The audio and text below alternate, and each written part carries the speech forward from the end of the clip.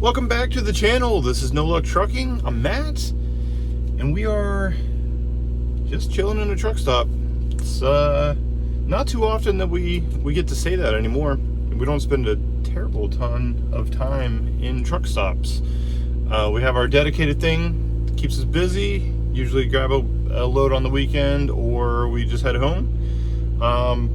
First thing, before I forget, we are doing a Black Friday into Cyber Monday sale on our shirts on a website. So, No Luck Trucking shirt. It says there's no luck in trucking, there's only drive.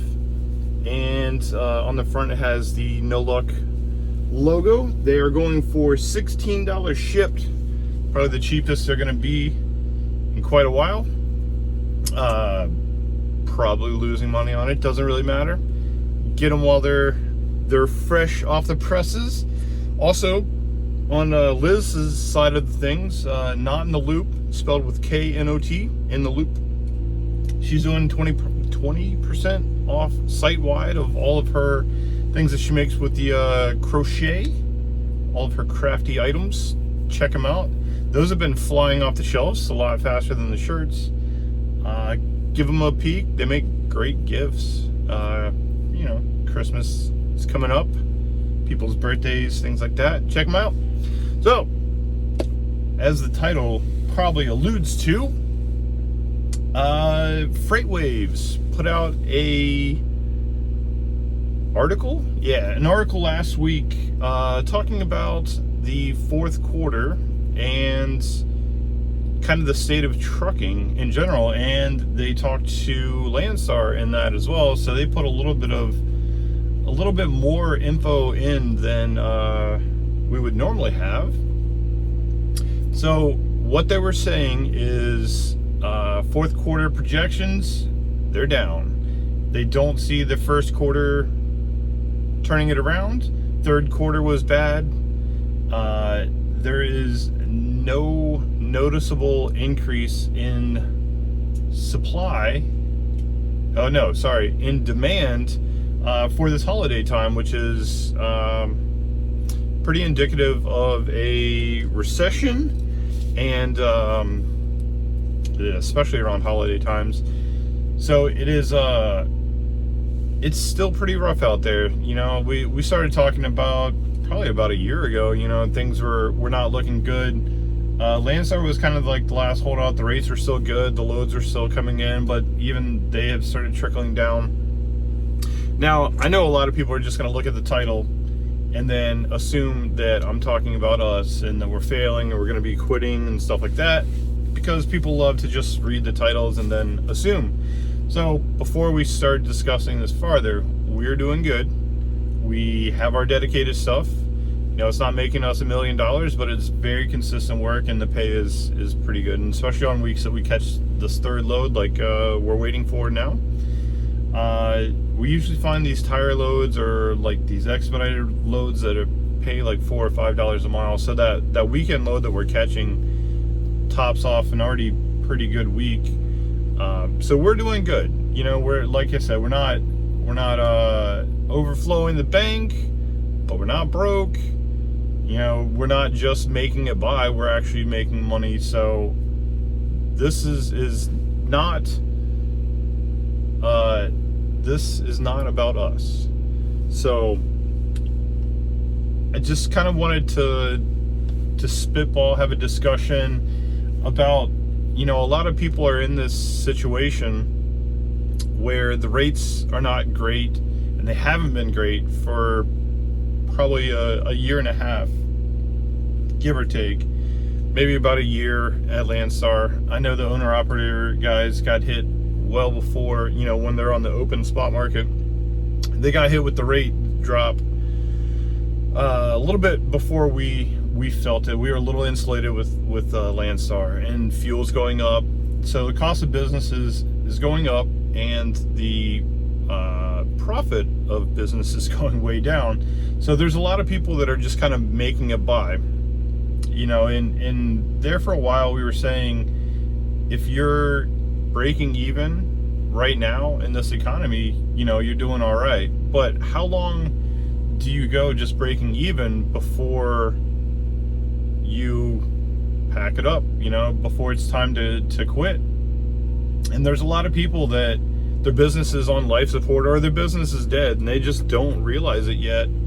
It's like a slow, gradual decline where they're doing everything just to barely scrape by. And there's probably some months that they're not even in the positive money-wise, if they were honest with themselves. Because a lot of people, especially the ones that don't realize that the business is failing so poorly, don't have a good grasp on their numbers. They don't know how much it costs per mile to run their business. They don't know exactly, they don't keep good track of their fuel costs and things like that. And they're not doing anything to increase the amount of money that you take home. A lot of people get to the end of the year, they throw all their receipts at their tax person, and then they get shocked by the tax bill that they have to pay that they haven't saved anything for. Just the perils of being a 1099 employee and having to make those adult choices and save money that you really don't want to save for taxes and things like that. So it's kind of rough, and a lot of people don't understand that their business is not making them money. They're basically a slave to the truck. So they're just kind of treading water, making the payment on the truck, and that's about it. Maybe make enough to obviously eat throughout the week, but it's rough.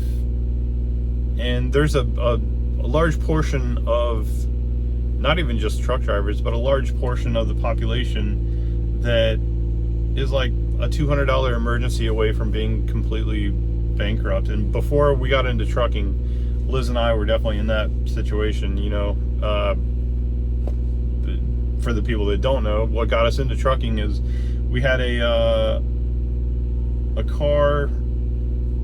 we had car trouble coming back from, I believe it was New Year's Eve, like 6 years ago, something like that. And car broke down in Richmond, Virginia, about halfway down our trip, and we didn't have the money to fix it. We didn't have the money to get it towed.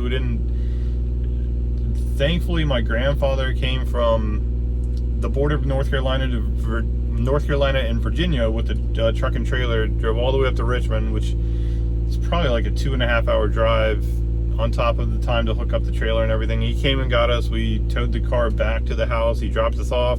So that pretty much put a nail in the coffin. And that was like the final blow, because we couldn't afford to get the car fixed.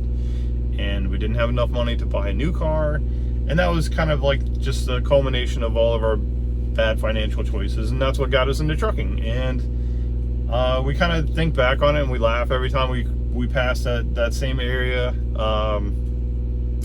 Just how much things have changed since then. But I mean, at the time we kind of knew what was going on. We knew that we were at financial rock bottom, and that was the last strike. But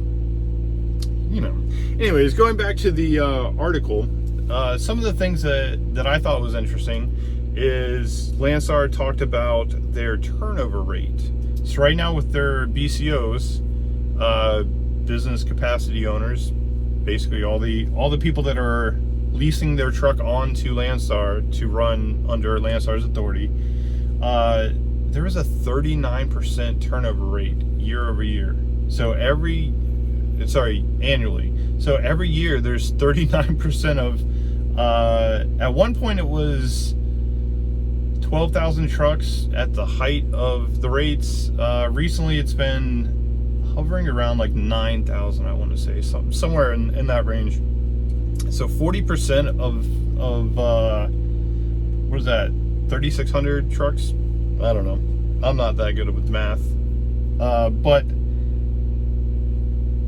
I think 3,600 trucks quit and leave Landstar, and then they fill those spots over again. And that is a lot. I would not expect that much. I knew there was a decent amount of turnover, because Landstar's in a weird place, because it's I don't know, they're halfway in between like a a mega carrier and halfway in between, like one of those like 80-20 split, run on the spot market type places. So once you get here, man, they just kind of kick you to the curb with a ton of things that you have to abide by and have to know. And there's a ton of information that you don't learn in orientation, and you get slung out there, and it's rough for the first month. You're just kind of struggling to figure out how things work, and their load board just doesn't really work like a lot of the other places. And so, I mean, I guess I can understand the high turnover, because there's a lot of people that we knew also, but even before the market kind of took a downturn, even in good times, they have come over to Landstar and quit because they couldn't make any money, couldn't, I guess, figure out the way things work here. So the other thing that I thought was interesting is J.B. Hunt put a lot of their resources into intermodal stuff, which I think is a pretty consistent thing. They've always had a pretty large intermodal division, but that's the only thing that has a positive uptick in their company for this year. And that's the only thing in the trucking industry that appears to have a uniform positive movement. So goods are coming in, but they're not moving within the country much. It's also in that article, they talked about the mail carriers like UPS and FedEx are cutting a lot of the freight pilots, like a lot of the crew. They're encouraging them to seek other employment temporarily, because there's not enough freight to have the flights consistently to move the freight, which is kind of concerning, especially around holiday times, because everybody ships stuff, family order stuff, and they're still not having enough volume to keep their staff. UPS is cutting back as well. So it's overall it's pretty rough. Like I said, we're thankful that we got roped into this dedicated stuff. And I mean, at the time we were kind of like looking at the money, and it was like, we might be able to do better. Some weeks, we probably could beat it just being out on the load board, but it's that consistency that really definitely pays the bills. And it's been good knowing where we're going to be. We can plan around things. Liz goes to Planet Fitness 2-3 times a week, depending on how our schedule's looking. So that's always good to catch a shower there. We know where we're going to be when, so we can go shopping. We can plan around that. We can get by the house and restock the freezers and fridges and stuff like that. So it's been good. The money's been consistent. It pays our bills. We can stash some away. We're paying more on the truck to get it paid off quicker.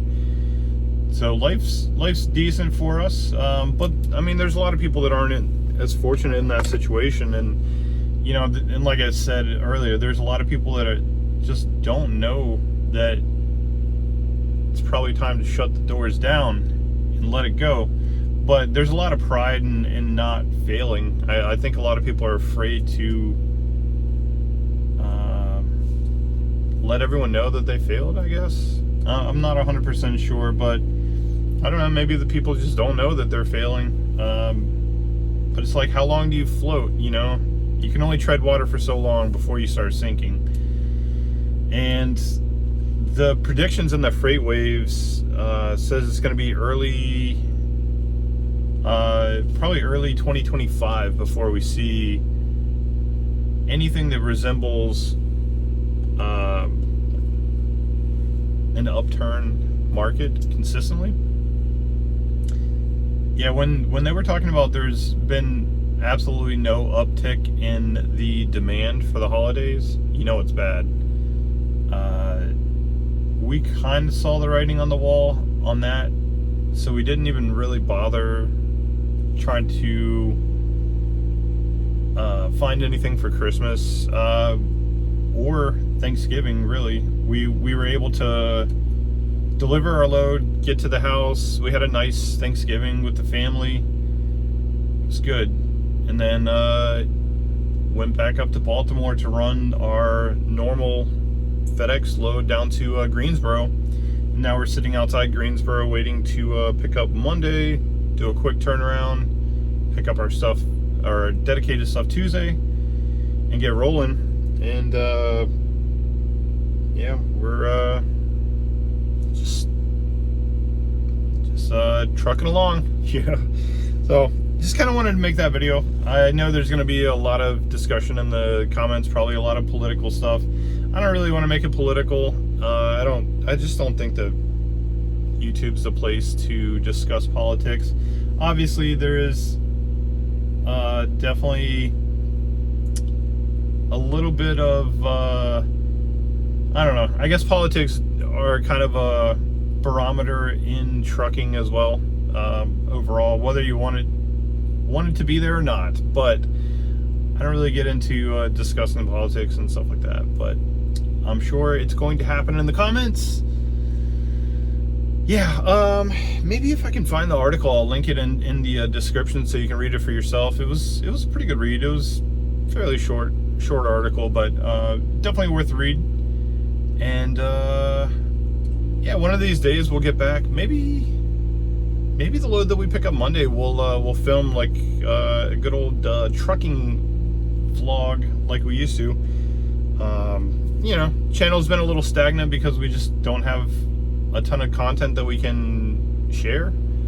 A lot of dedicated stuff and a lot of stuff that doesn't make interesting videos. So I think maybe we'll try to pull out the camera for this next run. I'll have to double check and make sure it's not like a high risk load or anything like that. But thank you guys for watching, and we will catch you on the next one. Jump down in the description. Liz's site and the No Luck Trucking site will be linked in there. Check out the merchandise, buy something, buy a few things, you know. Thanks guys.